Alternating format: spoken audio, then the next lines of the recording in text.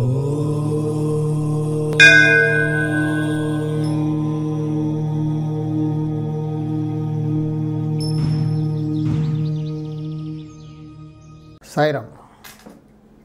విశ్వకర్మ వాస్తు YouTube ఛానల్కి స్వాగతం. నేను మీ విశ్వకర్మ. ఈరోజు టాపిక్ ఏంటంటే పడక గదులు అంటే బెడ్రూమ్స్. ప్రతి జీవికి కూడా నిద్ర అనేది చాలా అవసరం.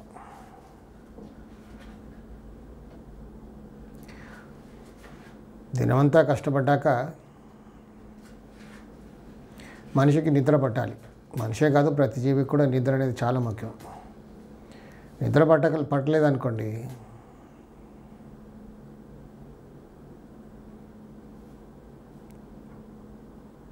చాలా కష్టం.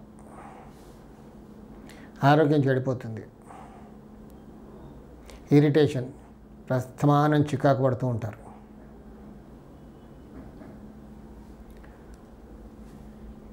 దినమంతా కష్టపడ్డాక మన బ్యాటరీ రీఛార్జ్ అవ్వడానికి, మళ్ళీ నెక్స్ట్ డే మళ్ళీ పని చేసుకోవడానికి ఆ భగవంతుడు ఇచ్చిన ఒక పెద్ద వరం మనకి నిద్ర. నిద్ర సరిగా పట్టిందనుకోండి, మన బ్యాటరీ మళ్ళీ రీఛార్జ్ అయిపోద్ది.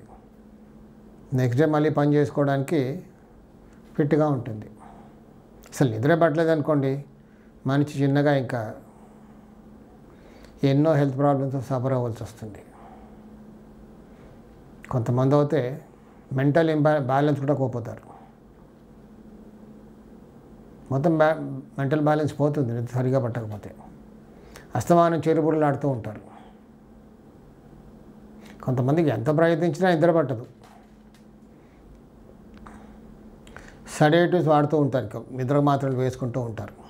మరికొంతమంది ఆల్కహాల్కి బానిస అయిపోతారు. ఆల్కహాల్ తాగితే నిద్ర వస్తుంది, లేకపోతే రాదు. ఇంకా ట్యాబ్లెట్స్ వాడేవాళ్ళు ఇంకా దానికి కూడా 1, 2, 3 ఎలా ట్యాబ్లెట్స్ పెంచుతూ పోతారు. ఆల్కహాల్ తాగే వాళ్ళ పరిస్థితి కూడా అంతే. కొంచెం తాగిన వాడు రేపు బాటిల్ తాగేస్తారు, అయినా నిద్ర పట్టదు. నేను ఎన్నో కేసు చూశాను నా 40 years అనుభవంలో. మెంటల్ బ్యాలెన్స్ కోల్పోయిన వాళ్ళని చాలామంది నా దగ్గర తీసుకొచ్చారు. అంటే ఎంతోమంది డాక్టర్స్ దగ్గర తిరిగి ఇంకా డాక్టర్స్ ఏమి ఇస్తారు? సెడేటివ్స్. ఫస్ట్గా నిద్ర పట్టేలాగా ప్రయత్నం చేస్తారు. నిద్ర పడితే కోలుకుంటాడు.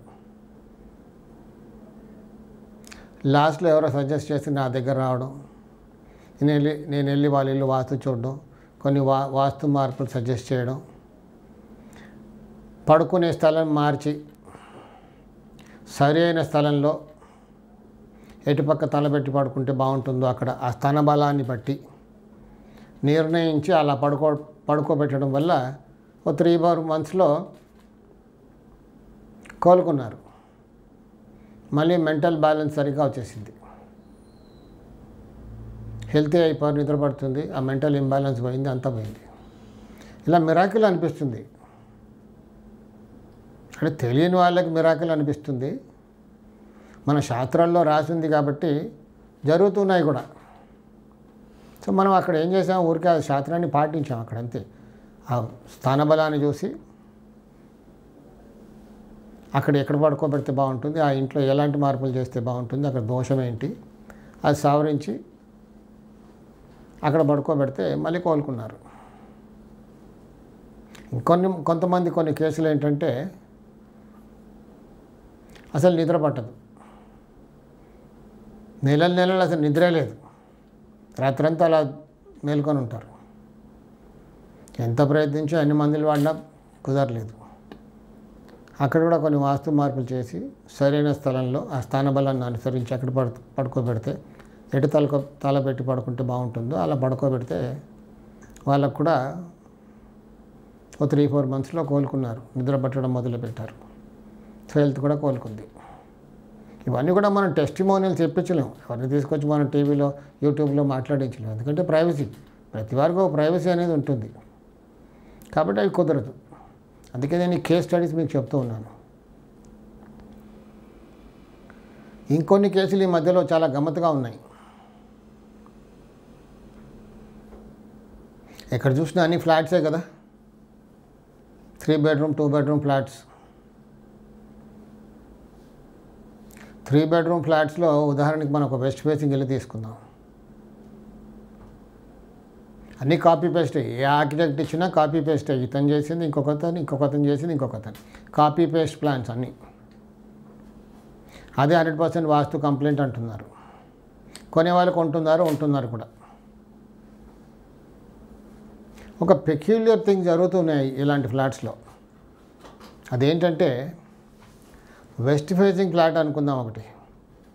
మధ్యలో గుమ్మం వెస్ట్లో, పశ్చిమంలో హాల్. ఎంటర్ అవ్వగానే అలా బారుగా హాలు. రైట్ సైడ్ నైరుతి బెడ్రూమ్, దాని పక్కన కిచెన్ ఆగ్నేయంలో. లెఫ్ట్ సైడ్ ఉత్తర వాయువ్యంలో ఒక బెడ్రూమ్, దానికి ఈశాన్యంలో, ఆ బెడ్రూమ్కి ఈశాన్యంలో ఒక టాయిలెట్. ఆ పక్కన ఈశాన్యంలో ఒక బెడ్రూమ్, దాని నైరుతిలో ఒక టాయిలెట్. అంటే ఆ ఇంటి మొత్తానికి ఉత్తరం కప్పేశారు. ఒక టాయిలెట్ ఈశాన్యం, ఉత్తర వాయువ్యం బెడ్రూమ్కి ఈశాన్యంలో టాయిలెట్, ఈశాన్యం బెడ్రూమ్కి నైరుతిలో టాయిలెట్. అవన్నీ కూడా ఉత్తరంలో రావడం జరుగుతుంది. అంటే ఉత్తరం లేకుండా పోతుంది, ఇంటికి కప్పేయబడుతుంది. వాయువ్యం బెడ్రూమ్కి తూర్పు ఆగ్నేయ ద్వారం, ఈశాన్యం బెడ్రూమ్కి దక్షిణ నైరుతి ద్వారం. పశ్చిమ ద్వారానికి ఎదురుగా హాలు. ఆ హాల్కి ఒక్కటి మాత్రమే బాల్కనీ. తూర్పులో హాల్కు మాత్రమే బాల్కనీ. ఇలా 3 బెడ్రూమ్స్లో అందరూ ఉంటున్నారు. ఇక్కడ ప్రాబ్లం ఏంటంటే, అంటే నేను గమనించింది ఈ మధ్యకాలంలో, పిల్లలందరూ చదువుకున్నారు, వెళ్ళిపోయారు, ఎక్కడెక్కడో సెటిల్ అయిపోయారు. కొందరు బయట వేరే దేశాల్లో సెటిల్ అయిపోయారు. ఇక్కడ ప్రస్తుతానికి ఉన్న సీనియర్ సిటిజన్స్ ఇద్దరే, భార్యాభర్తలు. ఇక్కడ వీళ్ళు కూడా ఏంటంటే ఆ కపుల్ బెడ్రూమ్, నైరుతి బెడ్రూమ్లో, మాస్టర్ బెడ్రూమ్లో పడుకోకుంటే ఇద్దరు, ఒకరేమో భార్య ఏమో నైరుతి బెడ్రూమ్లో, హస్బెండ్ ఏమో ఈశాన్యం బెడ్రూమ్లో అలా పడుకుంటున్నారు. ఇదేంటంటే అని నేను చాలా కేసులు అడిగాను. అబ్బాయి ఏంటో అంటే అలా మేమిద్దరం సపరేట్గా పడుకున్న అలవాటు అయిపోయింది ఇప్పుడని. ఇక్కడ ఈశాన్యం బెడ్రూమ్లో హస్బెండ్ పడుకోవడం వల్ల దానికి నైరుతిలో డోరు, ఈశాన్యం మూలకి మంచం వేసుకొని ఉత్తరానికో లేకపోతే తూర్పుకో తలపెట్టి పడుకుంటున్నారు. నైరుతిలో దానికి టాయిలెట్. దాంతో చిన్నగా హెల్త్ పోతుంది. అన్ని ఆరోగ్య సమస్యలే. అసలు ఆ బెడ్రూమ్ నుంచి బయటికే రారు. ఇంకా యాటిట్యూడ్ అలా మారిపోతుంది, మనస్తత్వం అలా అయిపోద్ది. అస్తమానం మంచం కత్తుకుపోతారు, అక్కడే పడుకుంటారు. ఎవరితో మాట కూడా ఉండదు. ఆవిడతో కూడా ఎప్పుడో ఒకసారి మాట్లాడతారు. ఊరికే ఆ డోర్ పెట్టేసుకొని అందులోనే పడుకుంటుంటారు. చిన్నగా హెల్త్ ప్రాబ్లమ్స్, రోజు డాక్టర్ దగ్గరికి వెళ్ళడం రావడం, రకరకాల ఆరోగ్య సమస్యలతో బాధపడుతున్నారు. సో ఇలా పడుకోకూడదు. నైరుతి బెడ్రూమ్లో చక్కగా ఇద్దరు పడుకుంటే బాగుంటుంది. ఈశాన్యం బెడ్రూమ్గా వాడుకోకూడదు. పైగా దానికి డోర్ లేదు. దాని తూర్పు ఈశాన్యంలో బాల్కనీ కూడా లేదు. ఊరికే తూర్పులో మాత్రం ఒకటే బాల్కనీ. ఆ బెడ్రూమ్కి నైరుతిలో టాయిలెటు, ఆ బెడ్రూమ్కి దక్షిణ నైరుతిలో గుమ్మం. దీంతో పైగా మొత్తం ఈశాన్యంలో మంచం వేసుకుని పడుకోవడం వల్ల, తల ఉత్తరానికో లేకపోతే తూర్పుకో పెట్టి పడుకోవడం వల్ల ఎన్నో ఆరోగ్య సమస్యలతో బాధపడుతున్నారు. మరికొంతమంది నైరుతి బెడ్రూమ్లో,